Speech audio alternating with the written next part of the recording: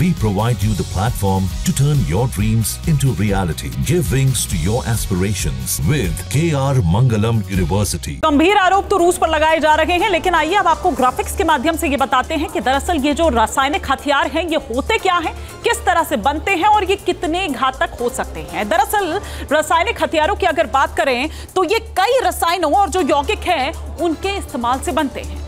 इन्हें मानवता और जो पर्यावरण है वो दोनों के लिए बड़ा खतरा माना जाता है। हवा, पानी या मिट्टी में ये छोड़े जा सकते हैं। जो रासायनिक हथियार हैं वो किस तरह से, पहले भी जैसे आपको बताया कि मानवता और पर्यावरण के लिए ये दोनों बेहद घातक माने जाते हैं। रासायनिक हथियार बेहद घातक होते हैं और इतना ही नहीं बल्कि ये विनाशकारी भी साबित हो सकते हैं। यानी एक बड़ी आबादी जिसको ये शिकार बना सकते हैं, जिसमें गंभीर बीमारियां हो सकती हैं और हजारों लोग इसमें मर सकते हैं। तो आप ये देखिए कि किस तरह से त्वचा, आंखों और श्वसन तंत्र की बात करें या तंत्रिका तंत्र की बात करें तो उस पर यह गहरा और सीधा असर डालती है। इसके अलावा असर तुरंत भी दिख सकता है और लंबे समय के बाद भी यह असर दिख सकता है। पहली बार प्रथम विश्व युद्ध में यानी कि जो फर्स्ट वर्ल्ड वॉर हुआ था उसमें इनका इस्तेमाल किया गया था। इसके अलावा 1993 से विकास, उत्पादन, भंडारण, उपयोग पर उसके बाद से ही प्रतिबंध है। तो ये हमने आपको बताया कि किस तरीके से दरअसल ये रासायनिक हथियार बनाए जाते हैं, कब इस्तेमाल हुआ और क्या कुछ रहा। अब रूस पर यूक्रेन के खिलाफ युद्ध में रासायनिक हथियारों के इस्तेमाल के आरोप लग रहे हैं। हालांकि रूस ने सारे आरोपों को बेबुनियाद बताया। उल्टा रूस ये आरोप लगाता रहा है कि अमेरिका उसके आसपास के जो देश हैं उसमें बायोलॉजिकल लैब का संचालन करता रहा है। रूस का तो यह भी दावा है कि अमेरिकी प्रशासन ने यूक्रेन में बायोलॉजिकल लैब बनाई थी जिसे जंग के दौरान अफ्रीका में शिफ्ट कर दिया गया।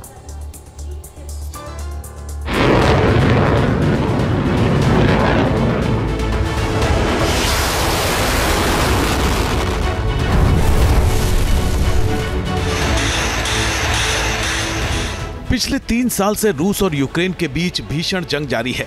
पुतिन ने कुछ ही दिनों में यूक्रेन को घुटनों पर लाने का दावा किया था, लेकिन ज़ेलेंस्की की सेना ने उनकी हसरतों पर पानी फेर दिया। यूक्रेन की सेना पुतिन की कल्पना से भी तगड़ा प्रतिरोध कर रही है और जंग खत्म होने का नाम नहीं ले रही है। इस बीच रूस पर जंग में रासायनिक हथियारों के इस्तेमाल का भी आरोप लग रहा है। अगर रूस ने वाकई रासायनिक हथियारों का इस्तेमाल किया तो यूक्रेन में भारी तबाही मच सकती है, बड़ी संख्या में लोगों की जान जा सकती है। इस तरह का अगर बायोलॉजिकल वेपन इस्तेमाल किया गया है तो रशिया ने अभी तक सैंपल यानी कौन सा बैक्टीरिया, कौन सा वायरस या कौन सा फंजाई यूज़ किया है नेटो ने, उसका कोई प्रमाण दिया नहीं है। तब तक यह बात सिर्फ यही मानी जाएगी कि हाँ, नेटो देशों ने किसी शायद कन्वेंशनल यानी पारंपरिक हथियार का इस्तेमाल किया है। हालांकि रूस सारे आरोपों को नकार रहा है। उल्टे रूस का आरोप है कि यूक्रेन समेत कई नाटो देशों में बायोलॉजिकल लैब चल रही थी। रूस का दावा तो ये भी है कि यूक्रेन में चल रही लैब को अमेरिका ने अब अफ्रीका में शिफ्ट कर दिया है।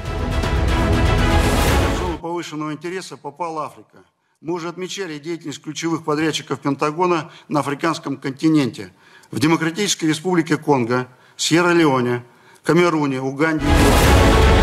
किरिलोव की पिछले साल दिसंबर में यूक्रेन के हमले में मौत हो गई थी। किरिलोव ही वो शख्स हैं जो अमेरिका के नाटो देशों में बायोलॉजिकल लैब बनाने के आरोपों की जांच में जुटे थे। रूस का यह भी आरोप है कि अमेरिका बाल्टिक देशों में भी ऐसे ही लैब का संचालन कर रहा है। अगर ये आरोप सच हैं तो कभी भी घातक नतीजे सामने आ सकते हैं। जरा सी भी लापरवाही हजारों लोगों की जान मुश्किल में डाल सकती है।